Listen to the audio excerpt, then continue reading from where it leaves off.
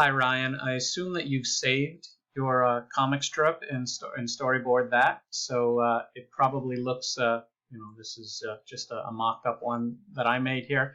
Probably looks something like this, and then you should be able to go down below, and it should say Edit, Copy, Save, View, Save History. Click Download, and then you want to download it as a PDF.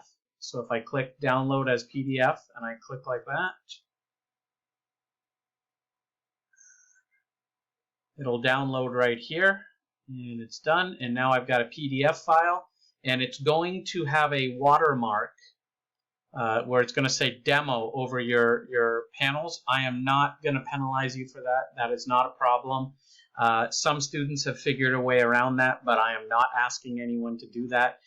So you can just submit it just like this. And so what I'll receive is I'll receive an overview of your 6 panels, and then I'll be able to go down and see them all individually like this. So then you would submit this file to me, this PDF file, and you would also submit a Google Doc or a Microsoft Word, whatever it is that you're using, to type out your paragraph explanation.